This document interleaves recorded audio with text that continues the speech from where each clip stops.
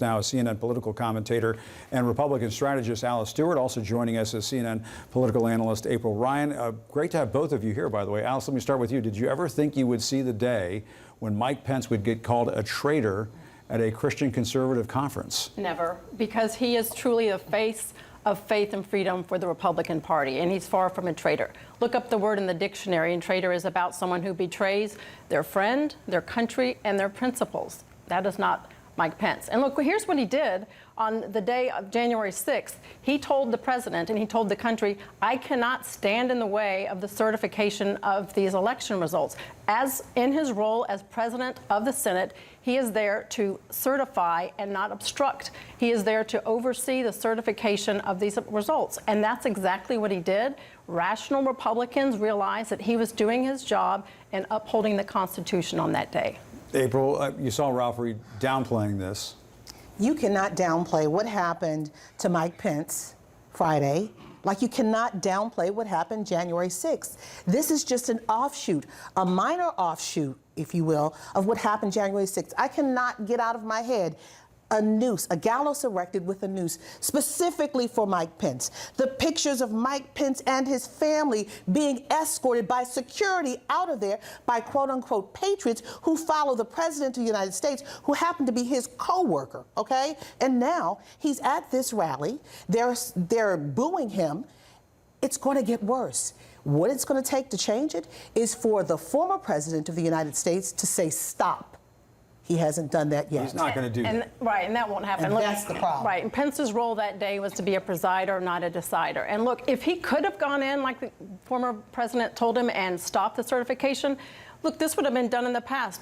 Then Vice President Nixon would certainly have stopped the election results in 1960 against JFK. Then Vice President Gore would have stopped the certification of the results in 2020 against Bush.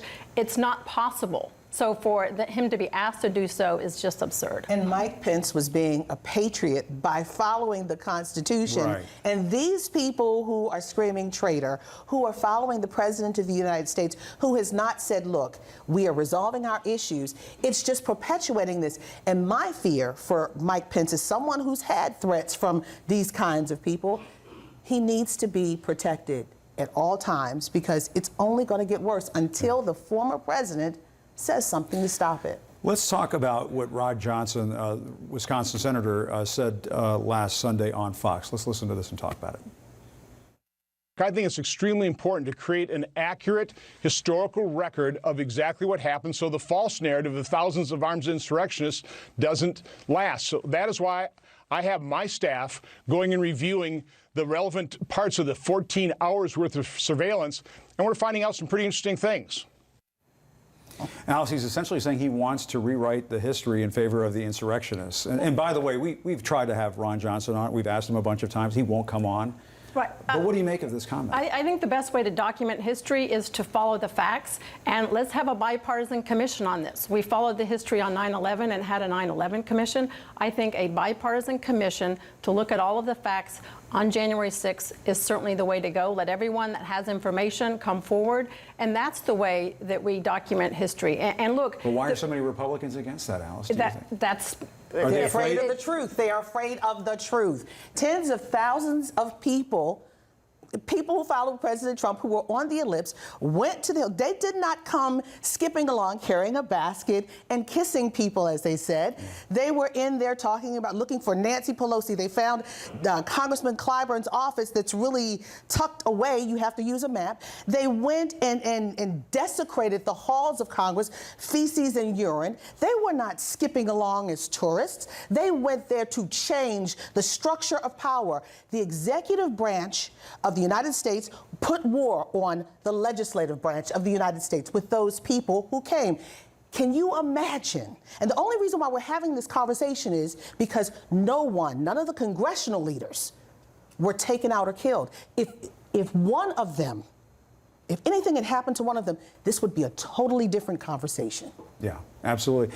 And Alice, let me ask you, this week Democratic Senator Joe Manchin said he would not rule out supporting his party's sweeping elections and voting bill for the PEOPLE Act, and is open to backing some changes to it. He wants to make Election Day a holiday, ban gerrymandering, mandate at least 15 consecutive days of early voting, institute a voter ID requirement, which a lot of Democrats don't want to see.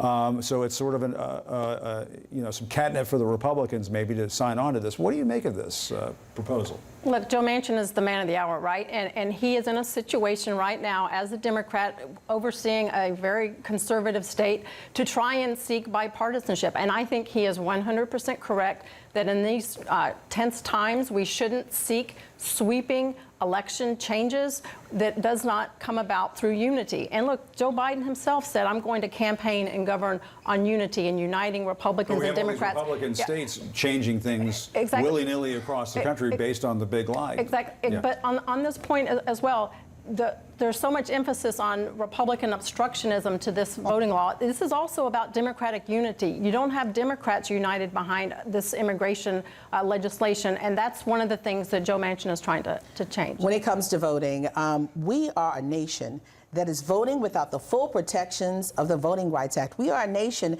that is being suppressed. Many of the votes in minority communities, black and brown communities, are being suppressed. Why? Because they are winning. There is an attempt to stop people from voting.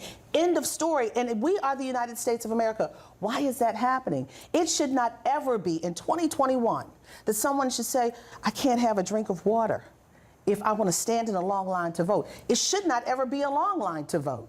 Should Mitch McConnell be rejecting this? Mitch McConnell's part of the problem, too, with this. It's not just Manchin. Mitch McConnell's saying this is not going to go through. He's saying what Manchin has put forth is still unacceptable because... Is anything going to be acceptable to No. Mitch McConnell? Certainly not doing these widespread election changes would be acceptable to Republicans, and they also want to make sure there's a certain type of voter ID. That is important for the integrity of our election. That is critical to making sure that one person, one vote, free and fair elections. I've worked in the Secretary of State's office as a Deputy Secretary of State overseeing elections. We need to have a focus on election integrity, and for Republicans, voter ID is a part of it. There's a large swath. But there was no voter fraud. I mean, there was no widespread voter fraud. None. I mean, that's the None. thing, and that's the shame of all of this.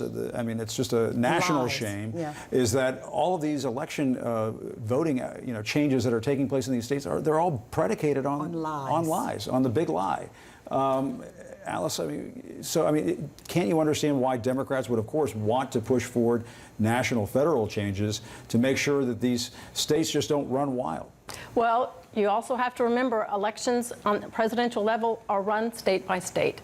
And it's important to have elections run at the state level and state level on down because that's the way they are overseen. But they can't do it in a discriminatory fashion. They can't design elections and have legislatures be able to toss out election results. But that's the problem with all of these new restrictive laws in Florida, Georgia, and Texas. And if any other states come in, anything federally will not be able to touch what they're doing. And part of the issue is what you're talking to Alice about is pre-clearance. That was gutted in Shelby v. Holder in 2013 in the Supreme Court, where the Justice Department was supposed to oversee in certain southern states any changes to voting to prevent what happened in the 50s and 60s to black people and brown people trying to go to the polls. So now you've got these states, these 3 states now, and then other states that are coming. Anything the federal government does after the rest of these states, it's a moot point pretty much.